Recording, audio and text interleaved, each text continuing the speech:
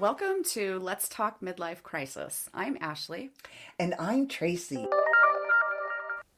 Welcome to Let's Talk Midlife Crisis. We are going to talk today about childhood trauma and the way that it affects our brains, and the long-term symptoms that we have. A lot of times it comes up, in adulthood if you haven't had any therapy or, help in that form.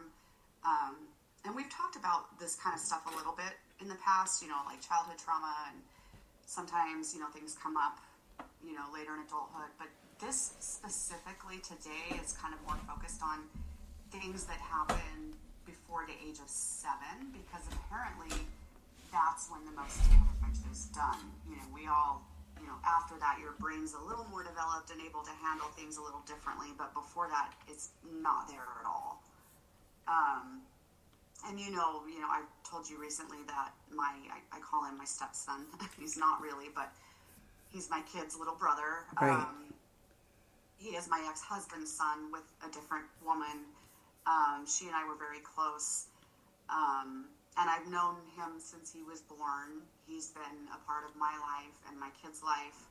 And even when his parents divorced, she and I stayed in touch, and we used to joke that we had visitation because we would take each other's kids. We just really wanted them to be involved, their entire lives, and get to know each other and feel like siblings. And so that was very important to us. Unfortunately, when he was 12 years old, his mom passed away. And he's the one that found her. He's the one that tried to revive her. He's the one that called 911. And when he found her, it was already too late. She'd been gone, for some time at that point. She was young, in her 40s, died of complications from pneumonia. And he was then forced to go live with his father, who is an alcoholic, very verbally abusive and neglectful. So it wasn't a good situation for him to be going into. And he knew that when he was going. He was really kind of like, this is my life now. And, leading up to that trauma, he experienced a multitude of things. His mom had her own demons and, suffered from addiction. He witnessed overdoses, passing out while in a moving car. Oh my gosh. Oh yeah. Very young, 6, 7 years old. Mom passes out in the car and he has to take over the wheel. And just like very, very scary things. Yeah, that would be scary for you and I as adults. Right. So a kid experiencing these types of things doesn't, at least you and I could kind of deal with that and learn how to deal with it and how to recover from it. At that young of an age, they don't know how to do that. They're not developed enough to do that. They don't get, any kind of comfort after anything traumatic unless they have help from an adult. They just don't know how to do that themselves. So I did a little bit of research on this. He and I had some really, really good conversations about the therapy that he's in and the things that he's learning about how his brain is working now. And now he's 18. Oh, God. And he was here for the holidays. He lives out of state. He was here for the holidays and stayed with me. And, we were up till 3 a.m. almost every night.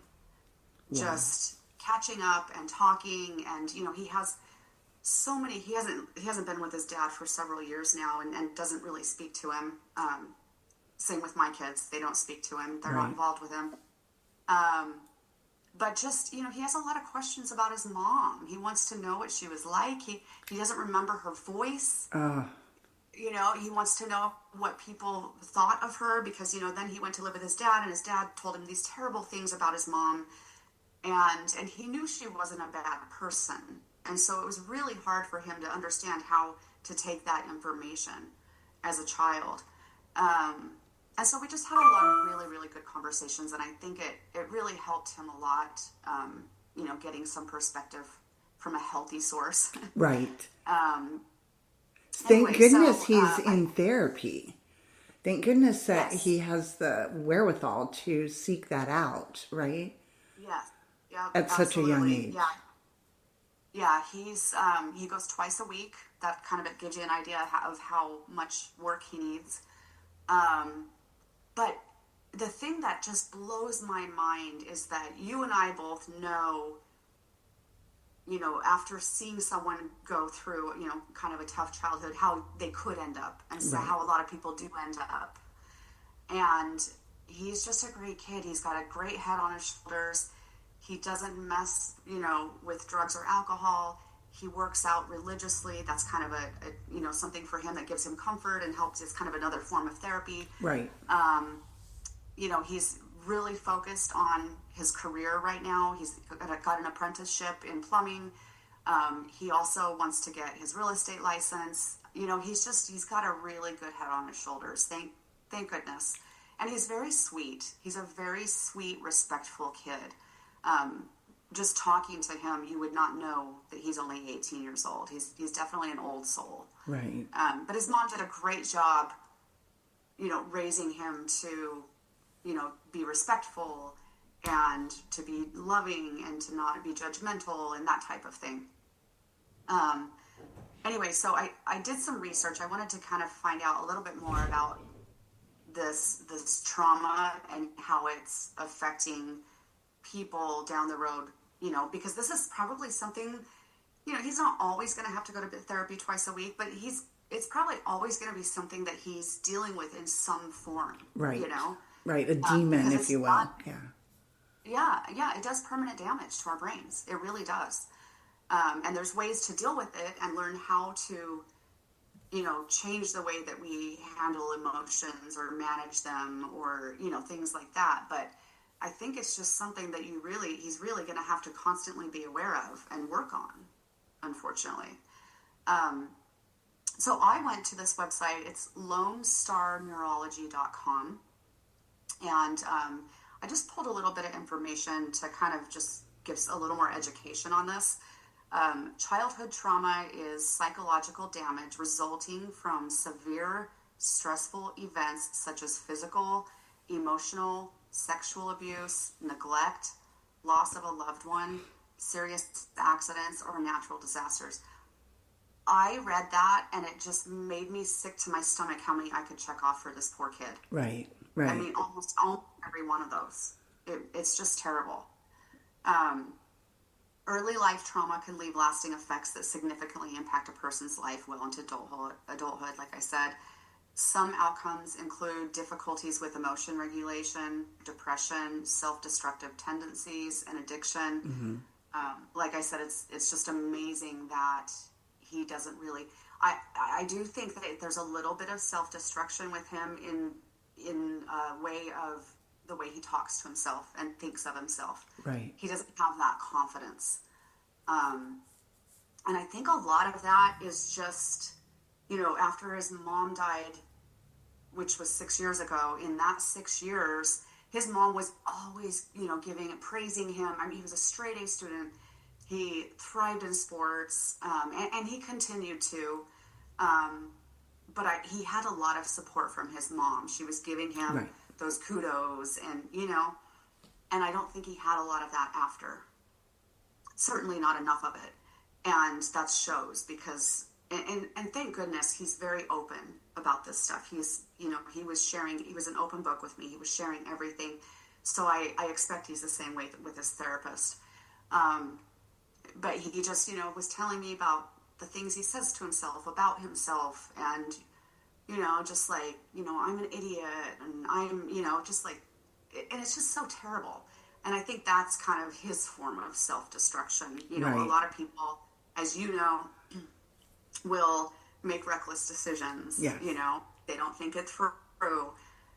Or they get into like crazy sports, extreme sports, and they need that adrenaline, and which I don't know that everyone would like say that that's reckless or just being reckless, but I kind of feel like it is. Right. It's anyway.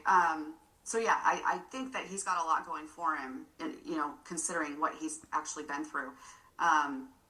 Events typically cause the most severe consequences when they occur before the age 7, which is when kids are not really able to overcome that kind of trauma on their own. At that stage of development, they can't find explanations for difficult events, or, like I said, calm themselves without support from adults. The stress response profoundly shapes brain development in children. And these types of things that are happening to them are high stress. Right. It would be for anybody, but for someone that doesn't know what to do with that, or they have no way of explaining it, it's even more detrimental. Early stress from abuse or neglect activates, I'm going to try and say these words, they're very, very hard. Anyway, it activates the hypothalamic pituitary adrenal axis, which triggers the release of cortisol. And if you have excess of that, it causes harm in developing neural structures. And then the amygdala, which processes emotions, becomes hyperactive and heightens anxiety responses. Right. So because you've experienced that, and I, like I said, this poor kid has had a lot of it. So his brain, from a very young age until, probably still deals with some of it. Yeah, to this day. With therapy. Yeah, to this day. And like I said, might always have some struggles with it, but his brain has always been like on high alert. So, and I've always said this, like I was really concerned about him after his mom passed, because we went to the celebration of life and he didn't really cry. And he's never really been someone that, shows a lot of emotion or cries. And I have to say it was probably not until he was, I think, 15, which is when I really got involved of getting him out of his dad's home and into a better environment. That was the first time I'd seen him cry since his mom had passed. And I'm sure he had other times. I don't know if it was around people or alone. Right. But that was the first time he kind of broke down and talked to me. And, he was like, I'm scared. And I don't know what to do with all of this. To him, he described it as this super anxious feeling, but it was really dark and heavy. And just one of those feelings of, and he said, I don't want to hurt myself, but I just feel like I don't want to do this anymore. I don't want to be here, because that feeling was just so heavy and so much. And he still experiences that. He still has moments over little things, when he's stressed about work or, a breakup with a girlfriend or anything like that. It's just this overpowering feeling of gloom, and he doesn't know how to, make it to go away. Process it, yeah. Yeah, and to comfort himself, I can't imagine finding your mom, who at that time was his sole caregiver, finding them passed away at such a young age. That in itself has to be huge. Yeah, it's huge and very traumatic. Yeah, absolutely. And that overactive amygdala, it delays their brain maturation, which slows development, and reduces the brain's ability to adapt and reorganize. That is just like diminished, because it's, like I said, he was always on high alert, like through,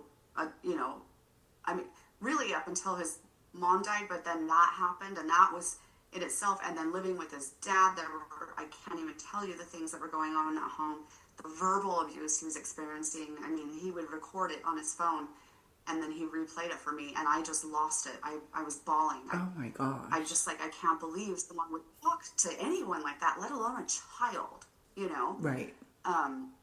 So yeah, it's just really interesting to, if you've never gotten help, get some help, because you don't have to live that way. And, unfortunately, I think a lot of times until we hit a point in our adult lives and something crazy happens, and that's when everything kind of triggers rises it. to the Yeah. surface. Yeah. Yeah, and that's when it's like, okay, I'm a mess. I need to get some. I mean, it was kind of similar to what happened with me.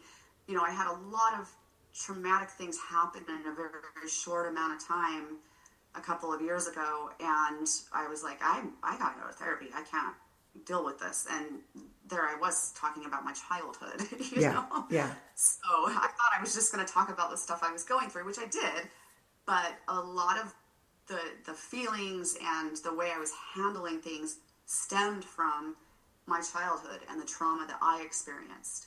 And this is one thing that I think this kid, he really, like I said, I was really scared because he didn't show a lot of emotion.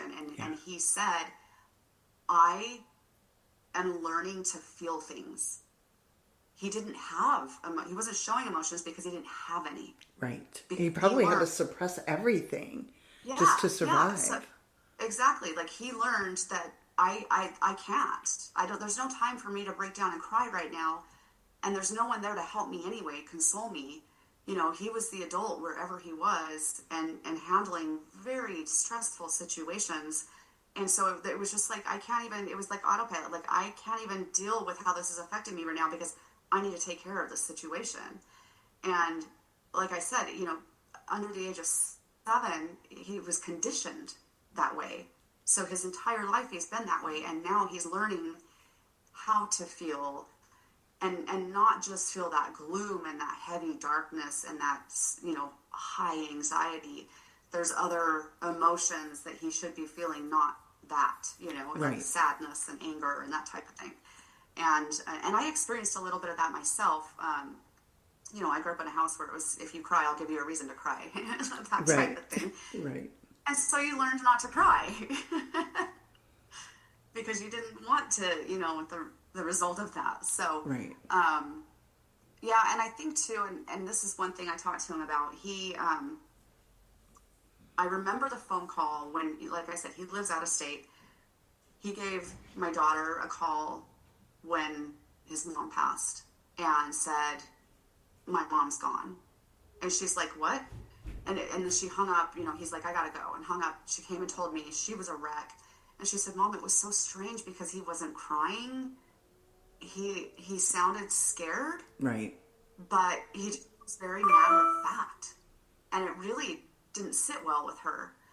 And I thought, oh my God, this poor kid is in shock. He's in shock. Yeah. He's like, I cannot deal with how, and maybe he didn't even know what to feel at that time. I mean, losing someone very close to you, I've lost a parent, but not one that I was close to. So, it was emotional, but not like it's going to be when my mom passes. Right. The only thing I can compare it to is losing my brother, my little brother. We were very close. And that was complete devastation. Yeah. But I showed emotion. I felt it. I showed it. You know what I mean? Yeah. So it was very scary. And I told him that. We had that conversation, and he said, yeah, I was definitely in shock. Absolutely. And he said, I haven't, revisited that moment until I got to therapy, and then I did. And I'm learning that scary feeling is so hard to confront. Really hard to confront, but he's learning to do it. He's doing it now so he can move on. It's not something that's buried in him, and his brain is constantly on high alert. He mentioned that there's things, and maybe people can relate to this too, if you have similar things in your life that have happened, or any kind of trauma. But he mentioned that just like the little things that he doesn't really pay attention to. So the house he's in now, the guy that he grew up with through high school, that it was a friend's dad, one of his friend's dad, who was a soccer coach. He let him stay with him through high school, and he's still living with him and his girlfriend. So this poor kid, he left the oven on, or the stove or something, and went to work. His dad's girlfriend gets home, freaks out, and he's like panicking. He's like, oh my gosh, how would I do something like that? And it's things like that he said actually happens frequently because his brain is so busy on high alert about protecting himself.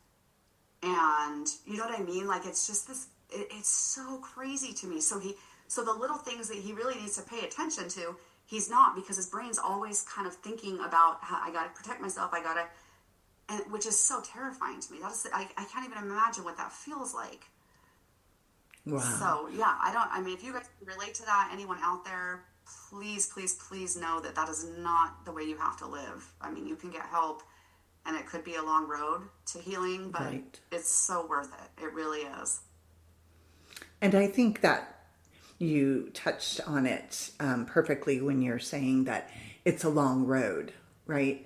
It's not a quick fix, and luckily, like I said, I'm just so happy that he has the wherewithal to seek help and treatment, and perhaps it's because now he's in a good home that is nurturing and caring, and looking out for him. So that's just and so sad. He's got goals too, that he wants to get married one day and have kids, and like I said, this kid is so mature, but he's like, I want to be a good dad, and I don't feel like I can be until I figure this out, and I've got to go through the therapy and do the healing so that I can be a good dad. He said, I already know I'm not going to be anywhere close to what my dad was, but I want to make sure I'm fully prepared and, healed as much as I can be to do that. Which is just mind-blowing to hear from an 18-year-old. Yes, that's what I was just thinking. So young to be having such profound thoughts and, aspirations. Right. But, oh my gosh, I just have chills.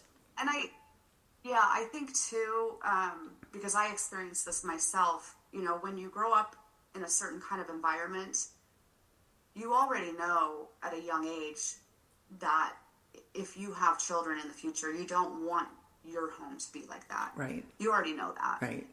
So I think that just, dealing with what he's dealt with, he already knows that that's nowhere near what he wants. He wants his home to be welcoming and safe, and which was always kind of my thing too. Like, if that is going to be number one important, is that my kids have a home where they feel safe. And comfortable, and they're not walking on eggshells, that type of thing. So yeah, I think, growing up in an environment like that, unlike people that don't, you're thinking about that at a younger age anyway, And just even if you don't have children, just what you want your own home to feel like and be like. Well, and then there's genetics. Genetics plays a big role as well, because genetically, if there's mental illness or addiction or a lot of things, unfortunately, are passed down genetically as well. So not just situational. Yeah, absolutely. You compound that. Oh, yeah. And I think, you hear all the time too, like, there's, people who deal with addiction, or maybe they're abusive. Sometimes they didn't grow up in a bad environment. Sometimes they grew up in a great environment, but they just still happen to have these issues, Yeah. And who knows where that stems from or what triggers it. I think a lot of time addiction is because of, not just because you grew up with trauma, you grew up in a healthy environment, but you have a history of it in your family. Mm-hmm. And the odds are against you if you decide to start dabbling and, messing around with stuff. It's just, it's in your blood, and there's not much you can do about it unless you really know what you're dealing with and how to control it. Right. It's a decision you have to make if you know. Yeah, and it's hard. It's hard. I know that I have an addictive personality, right? I just know that about myself. So when I start feeling, getting addicted to anything, shopping, it could be anything, eating, cooking, everything, I just have, Yeah, absolutely. It's pretty crazy to think about it's not even just trauma when you're before you're 7. Obviously it's, it affects you anytime you experience it. Right. But to think about how heavy these instances were, and knowing as an adult that would be heavy, and he was experiencing them at such a young age, and it's so sad to know that this is something he's going, and he might get to a point where he doesn't really have to think much about it anymore, and it comes naturally for him to show emotion and to manage his thoughts and his that type of thing. But it's just crazy how long-term damage that, it's your entire life. Yeah. And it's just because you're going through things that your brain can't handle. It's not developed to handle. The brain does a crazy thing. Yes, it is. And I've always heard that. I've heard that by 5, that their personalities are already developed. So that just goes right along with what, we're talking about here with the trauma as well. So my dad passed away. I was 4, not quite 5. And I don't recall crying. I'm sure I did. I know there was a lot of tears around. I'm not a big crier. But I think I was just too young to even absorb what was happening, right? And what was happening, yeah, the magnitude of it all. I think I was perhaps, it was better that I was younger, right? Even a few years older, I think might have been a lot different, right? But yeah. Yeah, absolutely. I'm sure. Yeah, and I think too, in talking to this kid, I felt like he would say things that like led me to believe that he knows about stuff before he doesn't have the memory of it, but he kind of knows something went on and he just can't really grasp it. Right. He's not sure what it is. And that's something I can relate to as well. There's a certain person in my family that I just feel very, very uncomfortable around, and always have. And in having conversations with other people in my family about this, when I'm in my 40s, it's like, oh, that's why. I didn't even know why or if anything happened. But then, as I have the conversation and learn more about it, it's like, okay, that makes so much sense now, right. And so I think it's the same thing with him. It's, he's saying like, I just know there's something, I don't know how old I was. I just have this like vague memory, and I don't even but when I think about that, whatever it was, I get a really uneasy feeling. So it's like, there's even things that were happening before he could keep that memory, but still has enough in there. And I think a lot of times, it's really crazy what our brain does to protect us. Yeah. When it blocks things out, it literally does. It's like, nope, you can't handle that. We're going to block it out. Yeah. Because you just cannot deal with that. Yeah. So I think that's another thing that's really hard to uncover. You certainly can't do it without therapy. Right. There's no way. Right. I think seeing a medical professional, they know the questions that to ask. They know the how tools to walk through it. Yeah. Yeah. And, I've mentioned before EMDR, it's such a crazy tool, and it really is helpful.